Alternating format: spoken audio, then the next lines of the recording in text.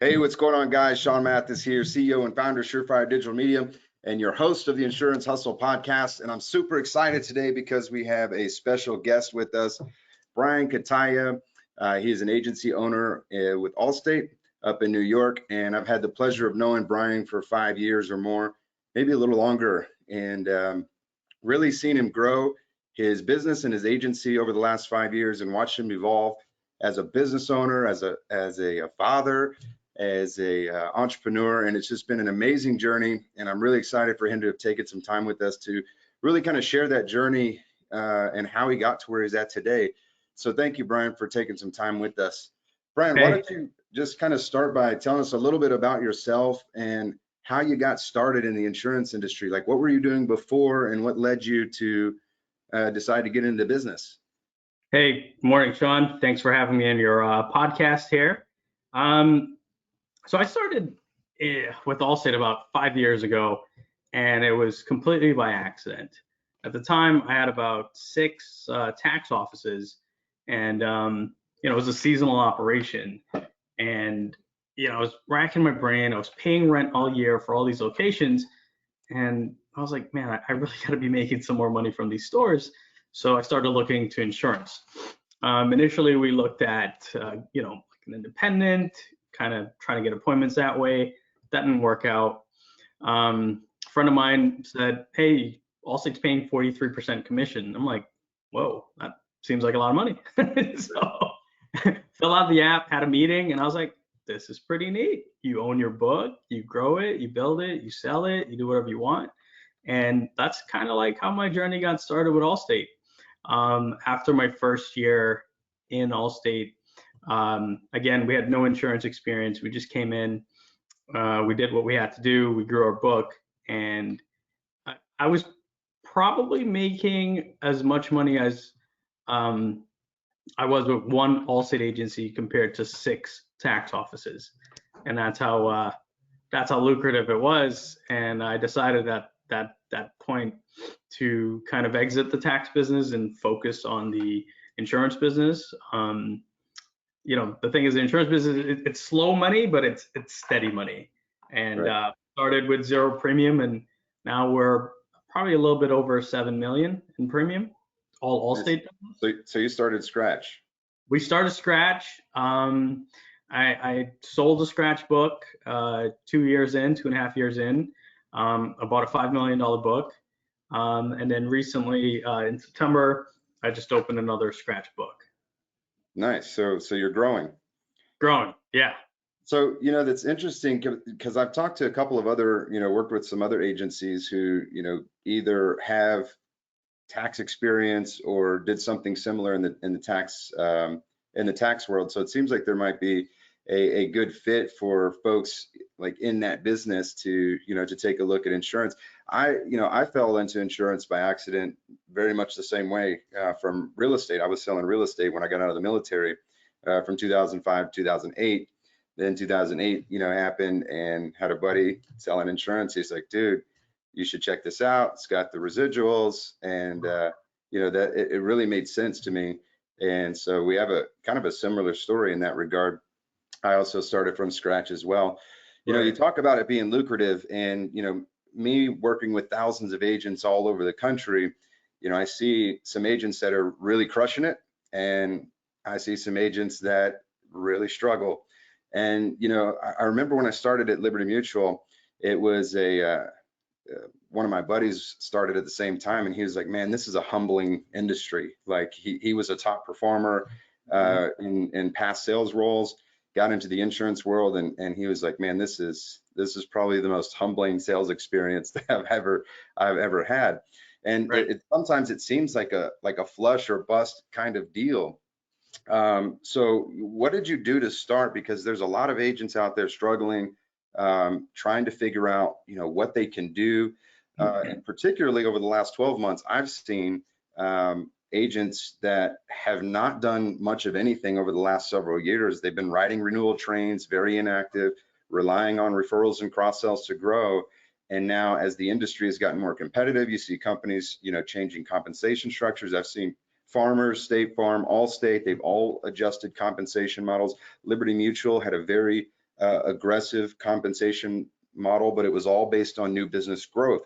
Right. And, it wasn't renewal. So we're seeing like 10 years ago, the renewals was the big draw, but now if you make money in this industry, it's from new business. So like what did you do to get started? And then how has that kind of changed with the way that, the industry has evolved and how compensation structures change in order for you to continue to stay profitable and growing? Well, so you see, the issue there is that I think the industry as a whole had sold themselves as a work hard for 5 years and then relax, and Yeah. really kind of took their word for it. So also struggling with that at the moment because you've got a lot of older agents that have worked really hard for the past 10, 20, 30 years, and now they kind of want to relax. And I don't blame them. I would want to do the same thing, but unfortunately, that doesn't drive growth for the company, right? If we come in and we work hard for 2 years, and then we're like, okay, cool, I have big enough book, I just want to sit back and do nothing. That does nothing for the company to grow and expand and have ways to pay us more money if there's more products to sell. So that's kind of the trend that's been happening, and that's why Allstate's making all these changes, because they want to grow. They want to get back to a bigger, portion of market share. I think we're only at about 9% in market share at the moment. Allstate as a whole, countrywide, and last I heard, they're trying to get to 15, and that's going to take a lot of work. So for me, when we started, like I said, we had no idea. We had no insurance experience. We had a lot of sales experience. So even my tax offices, those were, we were selling a service. We were selling you on why we were better than H&R Block. So I brought over some of my employees, and they knew how to sell taxes. So why couldn't they learn to sell insurance? And we just kept that sales mentality going.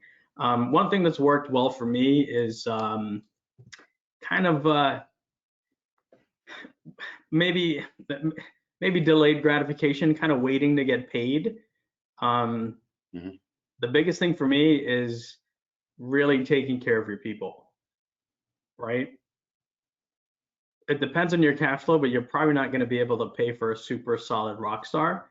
But if you can help them, grow and get better and maybe own their own business one day, then they might come work for you for less than they would for the other guy, because they see an opportunity.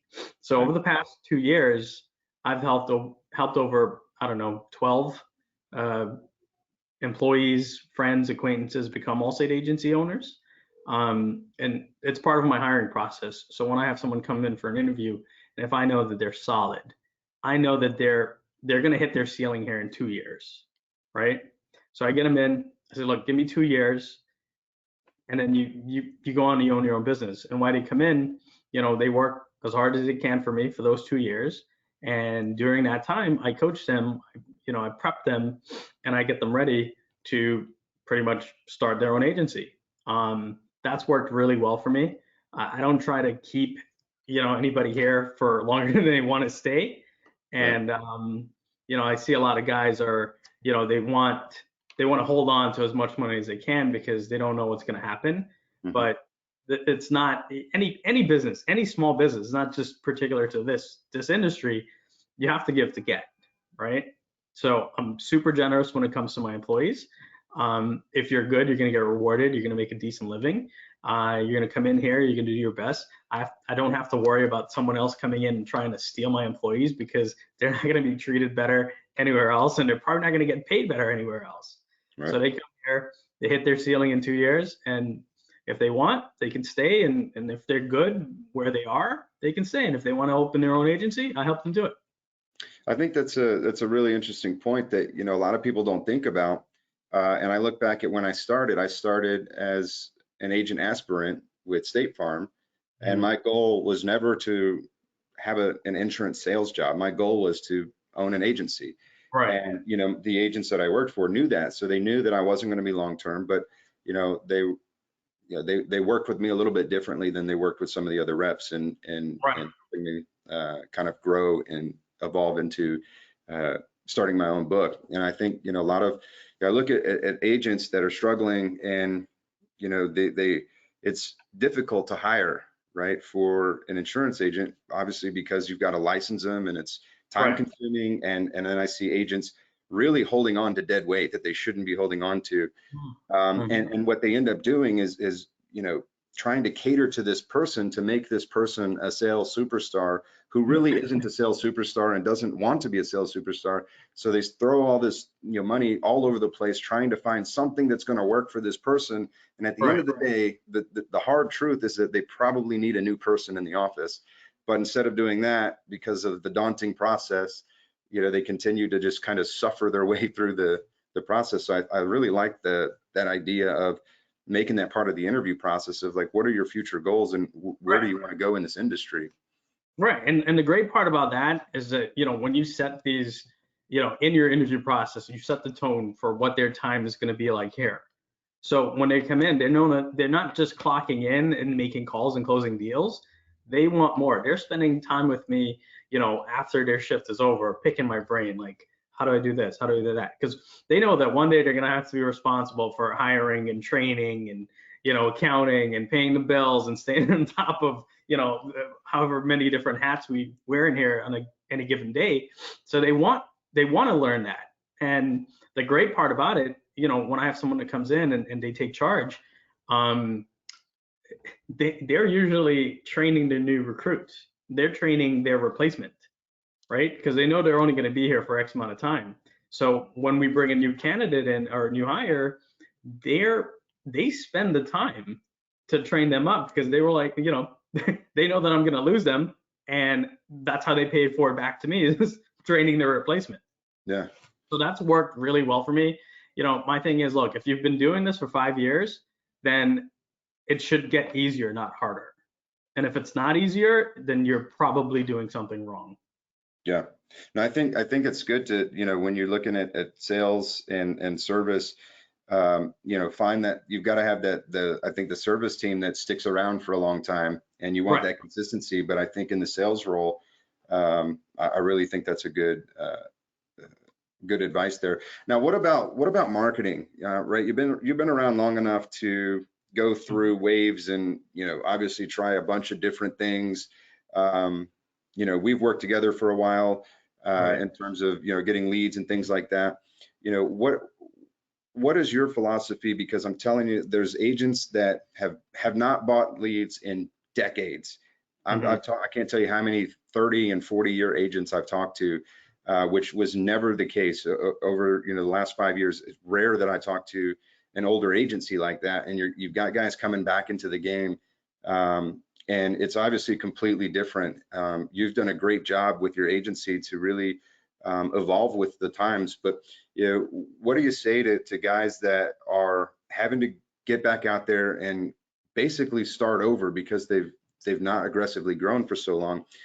What's the difference between what it was back, you know, 10 years ago versus today, and how have you guys been able to, you know, stay current and successful with the way that it's changed?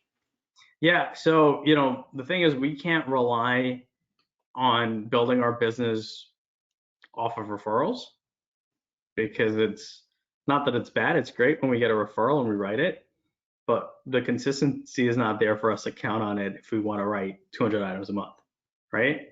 So we still do a little bit of everything. But the biggest thing that we do is, you know, we build a relationship with our ex states, right? We keep a relationship with the people that we've quoted in the past. We've paid for their information. And what I see most agents do, especially new agents, they run through these leads. They buy these internet leads and they call them 2 or 3 times and then that's it. They never call them again. And oh, it's no good. It's no good. Well, guess what? It's no good today, but in 2 years, that accident's going to fall off. And guess what? It's going to be good. So we make it a priority here to keep a relationship with our ex states. We don't care if we buy a new lead today and we don't close it in a week. We don't really care. But we run through our data, and we see what we have, and we pretty much every renewal we run them again. Is it good? Is it clean? And now with Lead Genie, it makes it a little easier for us to get that contact because Lead Genie automatically starts a drip within 30 days of their renewal, sends them an email. We just got a call back yesterday, someone we quoted 2 years ago. He was like, "Oh, thanks for reaching out, man. Are you finally saving me money?" And I'm like, "What are you talking about?" He's like, "Yeah, I got your email." And that was an email, a lead genie email, something that we didn't physically have to do ourselves. So that drives traffic for us. And I would say about 80% of the business we write every month comes from our old leads. So it's long term. I'm hearing a lot of long term. You talked earlier in the conversation about patience and not taking money necessarily now to invest for long term growth. Right. Looking at the big picture as far as financials are concerned, in terms of how you're recruiting people, their long term vision when it comes to leads. And I think that's a big component that a lot of agents are. I don't know if it's an act of desperation or just a misconception of what a lead is, and not understanding that, like you said, if you've got a good contact and you've got somebody who is interested and it doesn't work out for whatever reason, or it's a bad time, that you don't just trash it and say it's garbage and move on, but you Right. keep working that lead over time, and Right. you build the pipeline. And I think that I've never seen an industry like the insurance industry where agents are stuck on this vicious hamster wheel of always buying new leads because they're never working anything from back here. And anybody I've worked with that's been successful, like yourself, I got an email from a guy yesterday who said he closed a $6,000 household from October that he's been following up with. And you just don't see that kind of follow up. And I think agents are so short-sighted that they're missing the long-term game. And when you look at the short-term game, they're never going to outmail Geico or Progressive or Right. Allstate or corporate. They're not going to run more ads. They're never going to be able to be omnipresent and get those people at the very tip of the buying funnel who are ready shopping today. Right. That's where I think all of the corporate money and the hundreds of millions of dollars in ad dollars being spent, they're getting those people. And I think it's the agency, their best success is going to be found within their ecosystem and working their database and growing that database and effectively working it.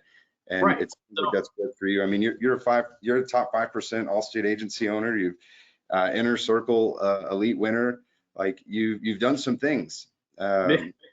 So guys, I think you got to listen to folks that are doing well. Brian, I get asked all the time by folks, do I know any agents that they could mentor with? I know that you've got, you're in New York and you hire people that are looking to open agencies. What if somebody's listening to this and is thinking about getting into the insurance industry? Do you have any advice for them, or are you willing to reach out, have them reach out to you and kind of learn about the insurance opportunity? Do you talk with people outside of New York? Yeah, I mean, I can work with anyone in pretty much any state. So aside from being an agency owner, I do also have my franchise consulting license, and Allstate is part of our umbrella when it comes to those franchise businesses that we promote. It's been really good to me. It's a solid business opportunity. I have a pretty decent lifestyle. I'm not complaining. I have the time freedom to, spend with my kids and take my wife out on dates. And like I said, it's gotten easier for me every single year because I was just able to get good people in here. Honestly, don't even need to be here as much if I don't have to be. That's how confident I am in the people that I have. So, the money's good. The time that I put in is great. I can't complain with that.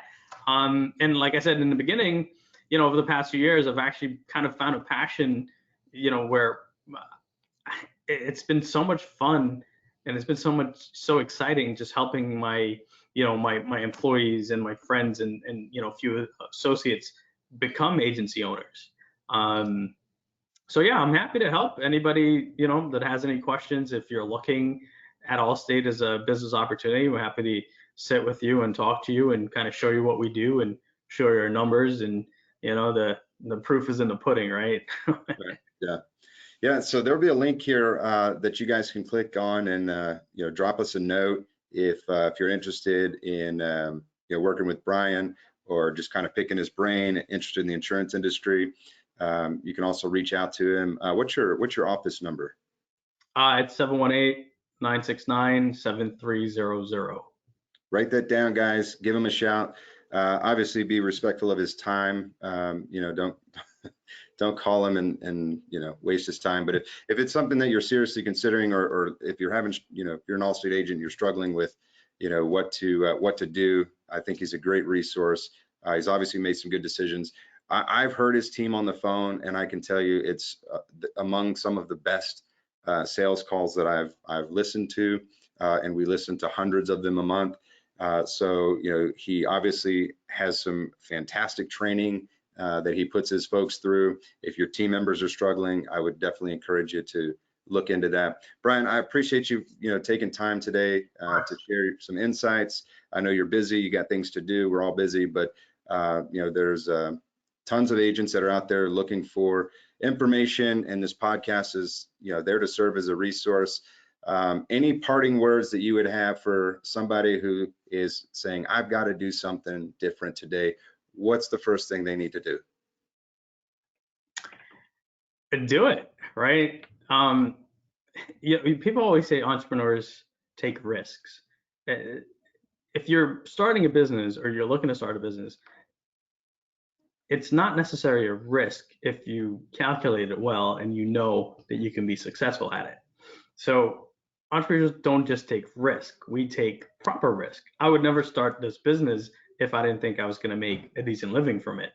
I started it as a side hustle, and it turned out to be better than that, and now it's my primary gig. So if I can do it, anybody can do it. If you need that motivation to do something, then maybe it's not for you to do, right? And I mean that truly. You don't need someone else to tell you or motivate you to do something. You have to be willing to do it yourself, because when it gets tough, that person's not going to be there to say, hey, yeah, or you're not going to blame that person to say, well, you made me do it. You made me open a business. No, you got to be prepared for it. You've got to want to do it. And if you don't really want to do it, then don't do it. Awesome.